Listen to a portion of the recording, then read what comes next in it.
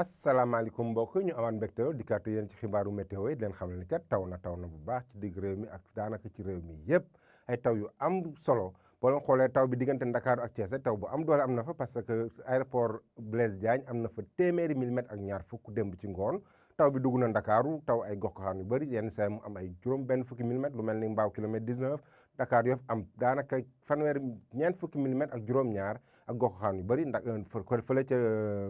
Tëngéej foofu am na ñaar fukki milimètres ak ñeent li ñuy xool nag mooy taw yi dina continuer ba tey ji ci guddi jëm ci ëllëg mais tàngaay bi nag wàññeeku na bu baax parce que taw yi tax moo tax ba tàngaay bi nga xam dañ ko doon am ci côté bët gànnaar bi wàññeeku na bu baax a baax loolu mu nekk nouvelle bu baax bu ñu ci jógee nag ñu xool nataal niir ci Afrique sowu jant nu muy tëddee ay niir yu takku la ñu am ci digg réew mi yëpp parce que guusaay bi dugg na bu baax ci réew mi donc niir yi dina doxantu ci digg réew mi penku réew mi ak bët gànnaar réew mi fépp nañu am ay niir mën fa am ay taw ba tax na tey ji ci guddi jëm ci ëllëg li ñuy xool mooy ay taw yi nañ ko am ci digg réew mi bët gànnaar réew mi ak côté sow réew mi ay taw yu takku par yenn saay taw yu ànd ak dënnu ak taw yu xaw a yamamaay par yenn saay mu taw par yenn saay mu sewet ci côté sow réew mi diggante Ndar Thiès ba côté Dakar diggante Ziguinchor Sédhiou Kolda foofu nañ fa am ay taw tekkaaral bu xaw a yem la ñuy am diggante Linguère ak Podor ak par yenn saay asamaan su niis ak ay taw yu xaw a yem ñu am ko fële ca Ndar seddaay bi nag maanaam digg na xaw a sedd lool loo xam ne gëj nañ koo am fu mel ni Podor Matam na am ñaar fukki degré benn daanaka mooy gën a sedd ci guddi gi du sedd sax mooy maanaam tàngoor bi du fës noonu ci guddi gi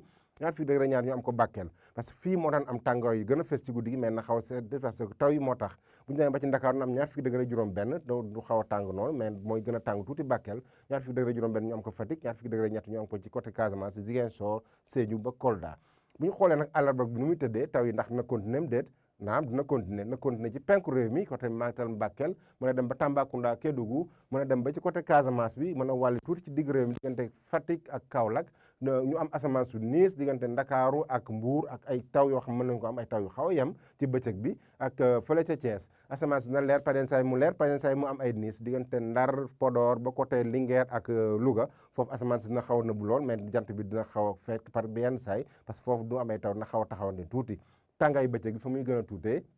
mooy Kaolack Sédhiou Kolda donc tàngaay bi na wàññeeku bu baax ci bët saalum réew mi wàññeeku ci